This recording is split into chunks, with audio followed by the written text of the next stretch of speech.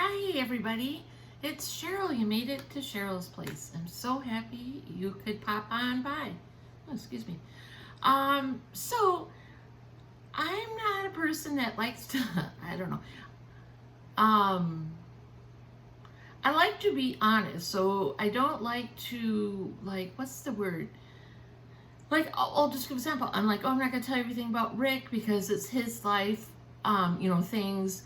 But I'm open to share, and I always have been. That's just the way I am. So Rick knows that I've been struggling to share this information just because I didn't feel like I should give it all because it's his information.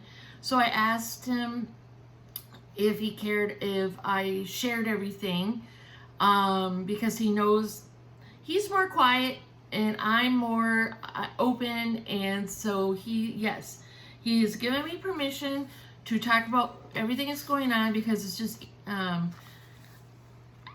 it's his life. It's life. We're living it, and he knows this is the type of person I am, and he's accepting of me, and I'm accepting of him, and that's why I guess we work so well sometimes, huh? He does have, I told you, heart and kidney issues.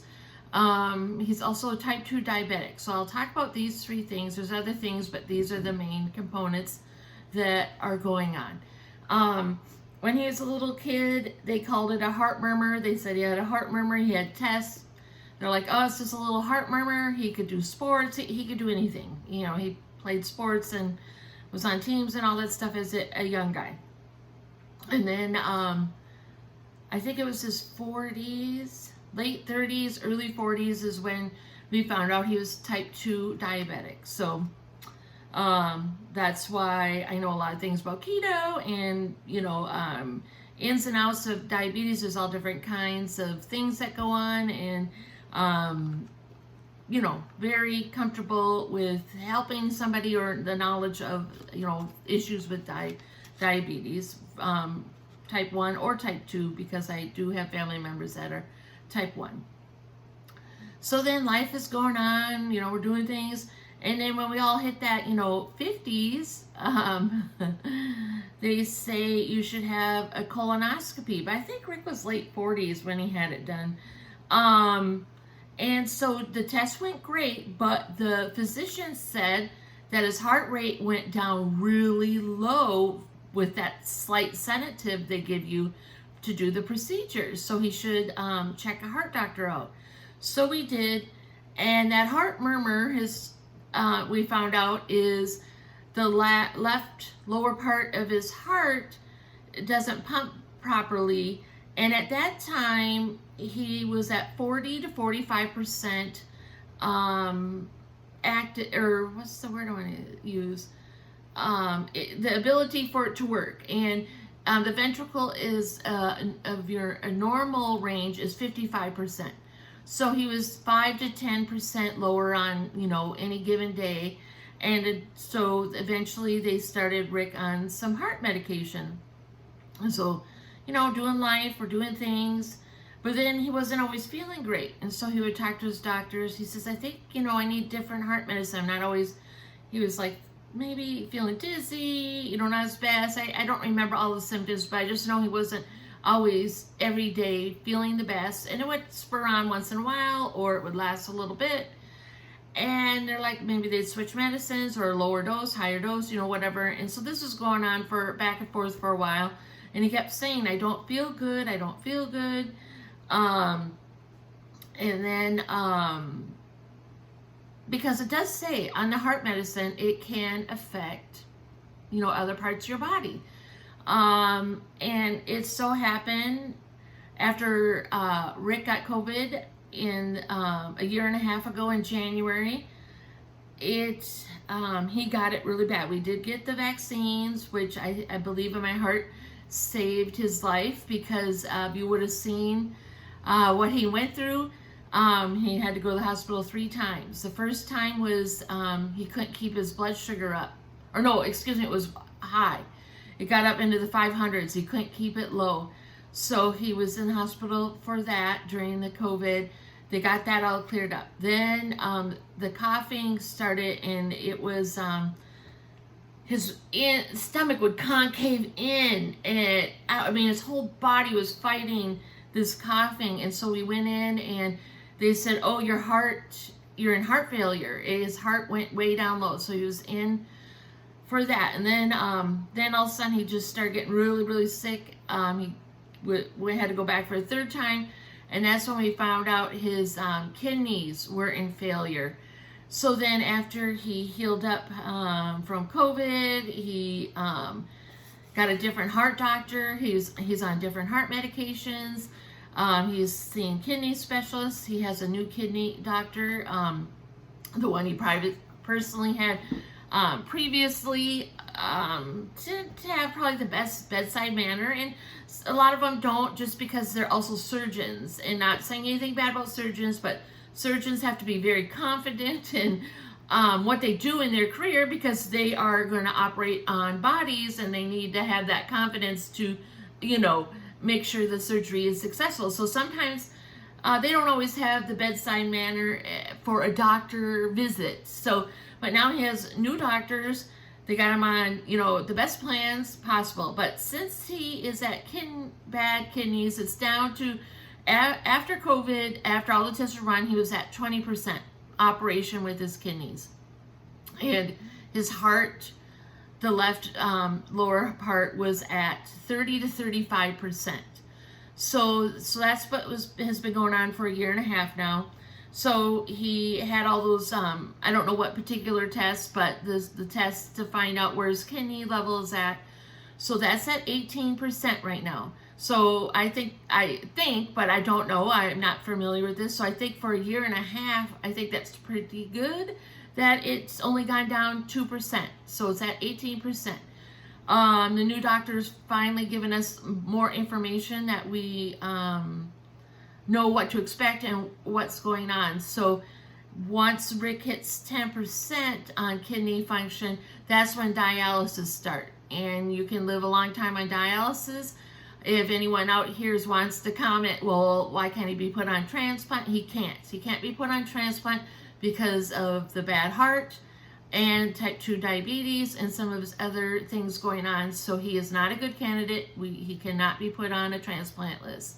So these are the things that, we're going for, we're doing. We're going to be positive and do the best we can for each step of this way.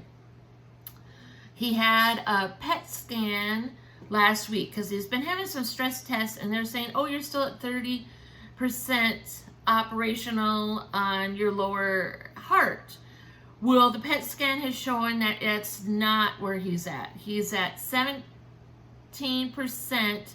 on the left ventricle on his heart. So it has dropped a lot, and he has been having some breathing issues, especially the poor air quality has not helped. Lots of coughing. Some of the people in that are a little bit closer to me in our community know that we've had some bad days, bad weekends, because when he coughs so much and his body's working so hard, he ends up getting very low blood sugar, and then we have a diabetes thing going on. And so there's a lot going on, and they all correlate. They all need to work good together to be strong. So we have on the 23rd, I have a little pamphlet, and we're getting a consult for Rick to get this put in his heart. He also has, what is it? Those little pills you put under your tongue if he thinks he's having a heart attack. Is it glycerin? I don't remember the name of it, but we have them. So this is going to be a consult, and Rick is going to do this. He's going to have this done. After the PET scan from last week, we have a doctor's appointment with his heart doctor next month, and then I guess we're going to find out, does he have to have heart surgery? I'll go on about this. This is a day surgery or outpatient surgery, so he will heal up right quick from this. It sounds like it's a real easy procedure done, And so he'll go in and leave after the surgery, and I don't know if he misses a day or two of work. Maybe we could try to do it on a Friday. I don't know. But we'll find out all that information when we go to the procedure or the consult on the 23rd. I know I'm going all over the place because my brain's going all over the place because there's just so many things going on.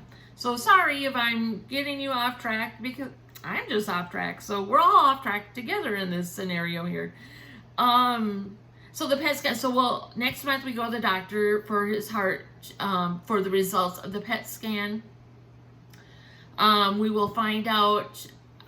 I guess I don't know if he can have heart surgery. I don't know if there's something they can put in place. We don't know any of these things. So once we find out more information on that, I will share that. He also had a scheduled sleep study for is it next Friday? They called and canceled. So he tried calling back to reschedule. So they said call back for information. But when he called back, he couldn't get through. And he tried several times yesterday. So he's going to try today to find out why that got canceled, because I think that will help greatly for him to sleep at night, to have that CPAP machine. So I don't know if it needs to be rescheduled, or maybe his doctor, because of these tests, canceled it because they're going a different route. I don't know. We don't know any of these things. So like we'll find out. We'll find out. We're keeping up on these things. So what do I do and Rick does for himself? Yeah, we all don't eat the best sometimes because maybe we're having a bad day. Maybe we just have this craving. So sometimes Rick does once in a while have something he probably shouldn't. But for the most part, he's no salt, no salt. Everything I cook has no salt. I add salt for myself after I'm done cooking it, or obviously I'm just cooking my own food, but everything I make that Rick is eating, I do not add salt. I make sure it's flavorful, lots of spices, make sure he is getting good meals, because when things don't taste good, you don't want to eat it, and you sure don't want to eat it every day. So and that's just true. There are people in the world that do like bland food. That's great. Rick is not one of them. He likes flavor. He likes not to eat the same thing on a regular basis. So so there's all those things going on. So we do that. This year has not been great for him to go on walks. We didn't do any hikes. Last year it was just so much. We did so many things. This year's different. He's struggling some. So and he sleeps a lot. The weekends he pretty much sleeps a lot. But the thing is it's even though he's sleeping a lot, it's not long sleep, because he'll wake up coughing for sure at night. It's hard. So but we're doing the things that we know that we can do to keep him the healthiest and strongest he can be. The one thing is he has good spirits. I'm sure there's certain days he has a down day like we all do, but he doesn't always express it. Maybe once in a while he'll tell me, oh man, this was a hard day, or maybe he doesn't say it in those exact words that I would, but he'll let me know it's a little bit tougher. He's being a little bit more open, especially on these bad air quality days when he's having a hard time breathing. So I'm glad he's being a little bit more open with me. Things, obviously, since I see him every day, I can tell, I can hear, I can see, especially the coloring of his skin. There's been days he's gray. There's been a couple days his lips are a little bit more bluish, so there's things I just automatically know what's going on, whether he knows or understands at that time, because he's not feeling really great. So he probably just doesn't truly get at that moment, maybe, it's not as great, or I don't know, I'm not saying the right words, but I think you're understanding what I'm trying to convey here. So these are the things that we have going on. And I'm just grateful that Rick knows that, is letting me share this, because he knows that the people that care about us and stuff, they know that I'm an open book. And so when I say, I don't want to use the word teasers or not give all the information. I didn't do that on a purpose. I did it because I just didn't know. Rick's more, like I said, a little bit more private and a little more quiet about these kind of things. So I just didn't want to blast all this information out in the world. And I just appreciate that Rick is, oh my gosh, I don't even know if that showed up. Sorry. Anyways, yeah, it's a lot going on. But guess what? My husband can be stubborn about things, and he's got a good attitude. And I think having different doctors that relate better to him also is making a difference. So yeah, this is heavy stuff. Is it gonna go? Are we gonna have harder times quicker, or are we gonna have harder times later? That's pretty much where we're at. So hopefully, with these more tests going on and the visits, maybe there is a heart surgery that can be done. Like I said, I don't know. These are all, I got a billion questions already written out for even when we go to this doctor that's going to talk about the implant, because I'm guessing they know a lot about hearts. So I'm going to be asking lots of questions there before we go to the heart doctor. And like I said, the kidney doctor is giving way more information, way better manner, bedside manner. I don't even know if I said that right. Anyways, I'm going to wrap this up because I think I covered the basics of what's happening and kind of the progression of where it's started and where we are at. So I say so a lot, guys. I appreciate you watching this. Appreciate the love and concern and the prayers and the good vibes everybody has been sending us and checking in on us, and because we're all in this together. We all have different things. This is just what we're going through. Rick's going through right now, and I am as his wife. In a way. Well, I am with it. Okay, I'm just getting discombobulated now with words. So I love everybody. I know we all have different things, and I care about everybody, and I always want everyone to be their healthiest, strongest, feel loved, and know you matter, because we do all matter, no matter what we're going through. Oh my gosh. I'm just going to end this here. And guess what, everybody? Where are we? I always screw this up. You, right there. Guess what? You're amazing. You're super, super amazing. I love you, and I wish the best for you, and I hope you're having your best day possible.